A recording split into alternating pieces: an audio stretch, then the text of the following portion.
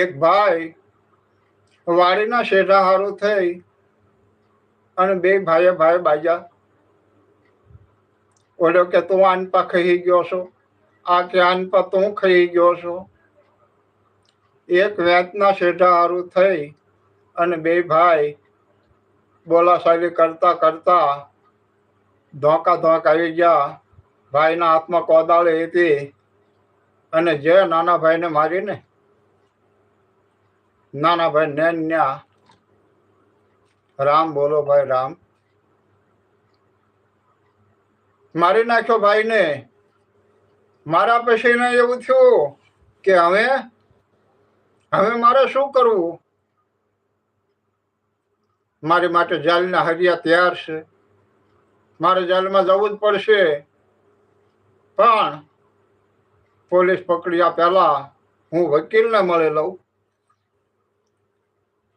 બાઈનાથી motorcycle લઈ અને ઉપડ્યા. ગયા વકીલ પાસે. વકીલને કે સાહેબ મેં ખૂન કર્યો છે, મેં મારા ભાઈને મારી નાખ્યો છે, મારે તમારી જરૂર પડે છે, આપ પૈસા બોલો પણ હું નિર્દોષ છૂટી જવો પડે. નિર્દોષ હું છૂટી જાઉં એવી સાહેબ કોશિશ કરો અને તમે કયો એટલા પૈસા આપું. વકીલ કે 10 લાખ રૂપિયા થાય. 10 લાખ રૂપિયા થાય તો નિર્દોષ છોડાઈ મૂકું. ઓલો કે કાંઈ વાંધો નહીં, ભલે 10 લાખ રૂપિયા પણ નિર્દોષ હું છૂટી જવો પડે સાહેબ. આ કે ભલે, જો તારી માથે કેસ થશે, તને પોલીસ લઈ જશે, જે 2-5 મહિના તને જેલમાં રાખશે, પછી તારો કેસ હાલશે. કેસ હાલશે એટલે તને પાંજરામાં ઉભો રાખશે. એક બાજુ આમ જજ બેઠા હશે, એક બાજુ ગવર્મેન્ટ સરકારનો વકીલ બેઠો હશે, સરકારી વકીલ. એક બાજુ હું હોઈશ અને તને સરકારી વકીલ પૂછશે કે તારા ભાઈનું ખૂન ત્યાં હું કામ કર્યું?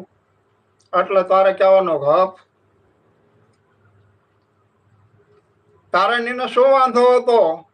તારે કહેવાનો હક.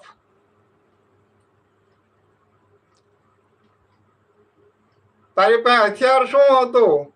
તારે કહેવાનો હક.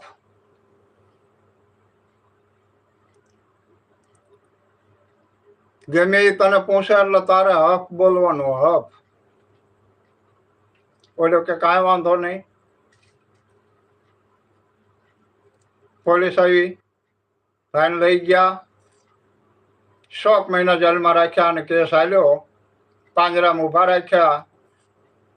એક બાજુ સરકારી વકીલ, એક બાજુ એનો વકીલ બેઠો છે, આમાં જજ બેઠા છે અને સરકારી વકીલ પ્રશ્ન પૂછે છે, તારા ભાઈને મારી નાખવાનું કારણ શું? એટલે આને કે હક. તારી પાસે શું હથિયાર હતો? આ કે હક. તારા નીને વાંધો શું હતો? આ કે હક. જજ હામું તાકી રહ્યા છે.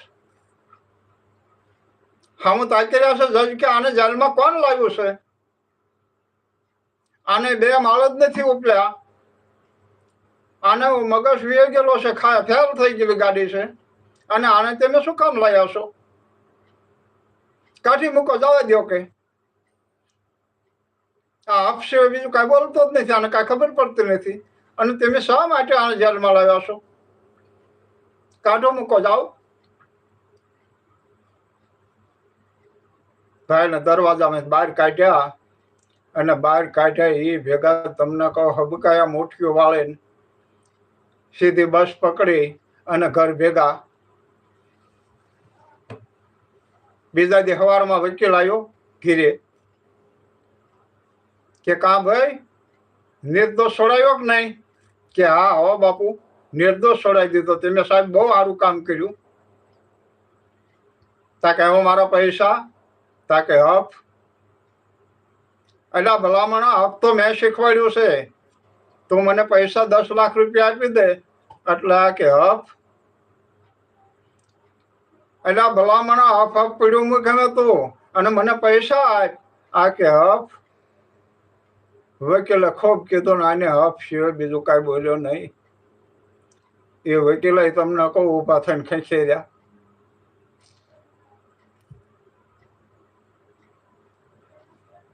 હફમાં હાલી જાય છે. આ દુનિયા બધી હફમાં છે.